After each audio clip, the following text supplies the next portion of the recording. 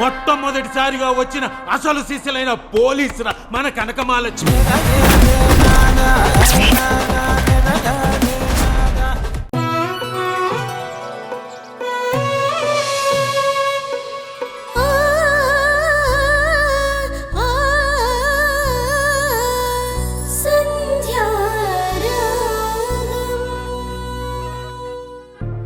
శ్రీజ, వద్దని లోపలికి తీసుకెళ్ళు.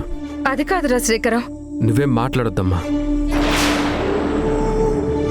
నువ్వు చేసింది, సంధ్యని అనుమానించింది ఇంకా చాలు.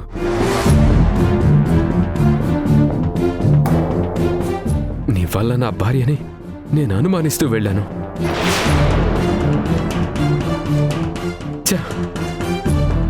తలుచుకుంటేనే నా మీద నాకే కోపం వస్తుంది. ఒరే, అది కాదురా, నా కళ్ళతో చూశాను, ఈ చెవులతో విన్నాను అది రాజేష్తో మాట్లాడడం.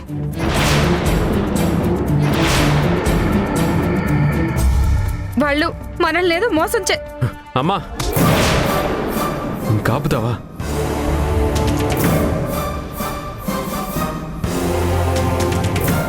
దయచేసి నీ స్థాయిని నువ్వు తగ్గించుకోవద్దు ప్లీజ్.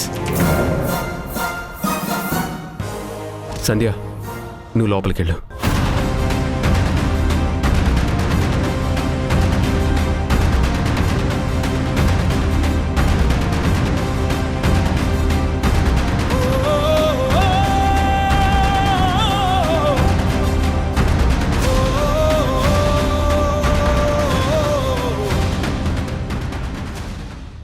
ఒరే, నేను చెప్పింది నమ్మకపోతే తన ఫోన్లో నెంబర్ ఉంటుంది కదా, అప్పుడు నీకే తెలుస్తుందిరా నిజమేంటో.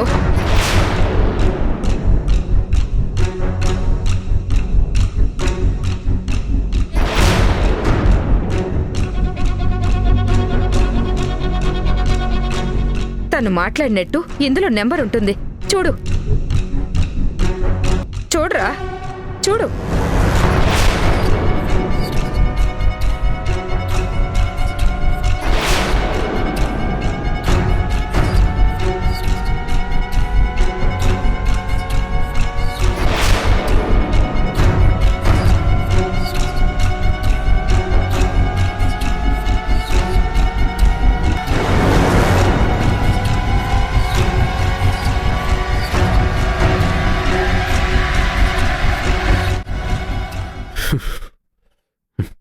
ఏంటమ్మా, నా భార్యని నేను అనుమానించాలా?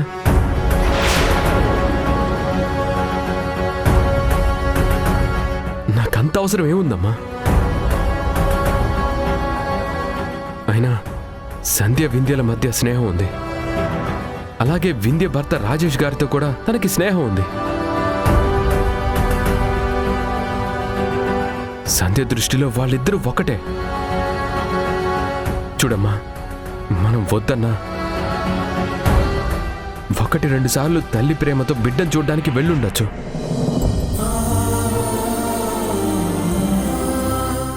కానీ ఇరుగు పొరుగు వాళ్ళ మాటల కోసం నువ్వు గీసిన గీతని మాత్రం తనెప్పుడు దాటదమ్మా.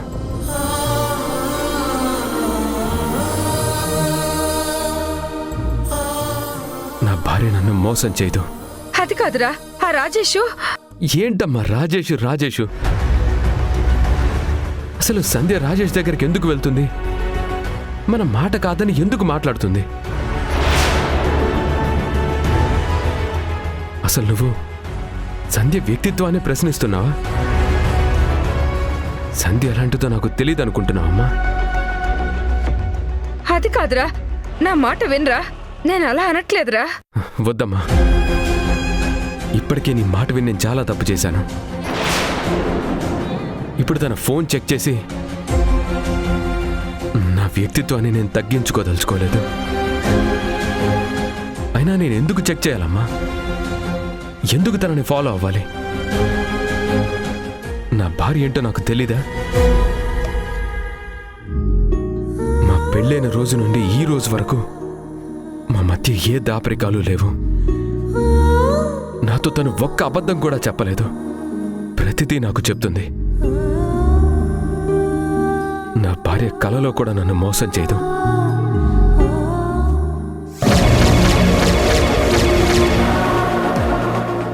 వేరు నేను వేరు కాదు కదండి. మీ నమ్మకాన్ని నేను నిలబెట్టుకోలేదండి. ఈరోజు ఎక్కడికి వెళ్ళాను, నన్ను క్షమించండి.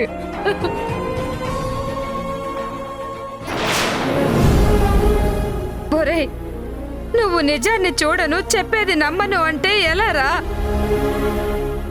ఏంటమ్మా నిజం? అసలు నిజం ఏంటో నేను చెప్పనా? సంధ్య నన్ను పెళ్లి చేసుకొని ఈ ఇంటి కోడలుగా రావడం మన అదృష్టం అమ్మా. అది నిజం. మనం కష్టంతో ఉంటే మనతో పాటు తను భరిస్తూ ఉంది. అది నిజం.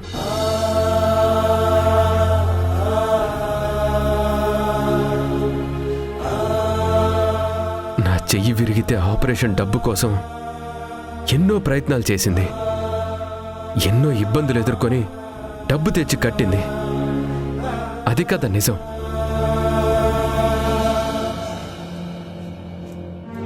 మనకిల్లు గడవడమే కష్టంగా ఉంటే నాకెందుకులే అనుకోకుండా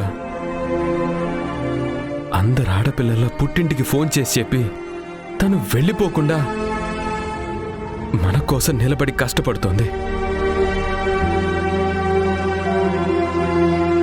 మన మందుల దగ్గర నుంచి చెల్లి చదువుని, ఇంట్లో అన్ని అవసరాల్ని తనే చూసుకుంటుంది కదమ్మా.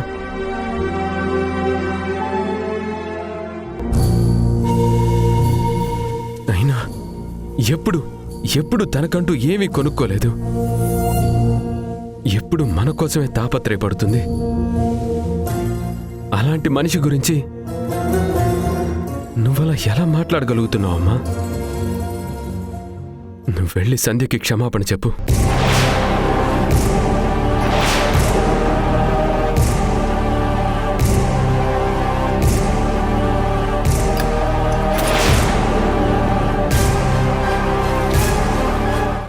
రేయ్, నేను తనకి క్షమాపణ చెప్పడం ఏంట్రా?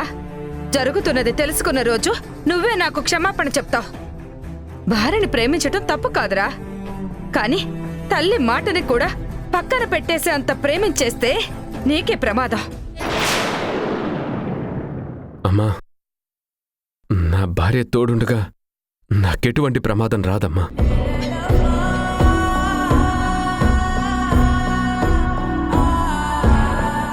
సంధ్య అంటే నా నీడ. తనని నేను అనుమానిస్తే నన్ను నేను అనుమానించుకున్నట్టే.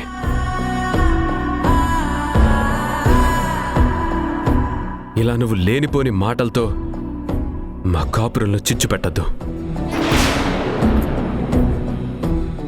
శ్రీకరం, అమ్మా, మా ఇద్దరిని విడదీయాలని చూడొద్దమ్మా.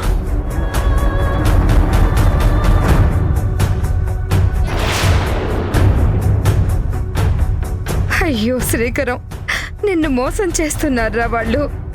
నువ్వేమో గుడ్డిగా నమ్ముతున్నావు. రేపెప్పుడైనా ఆ నమ్మకం నిజం కాదని తెలిస్తే నువ్వేమైపోతావో ఏమో.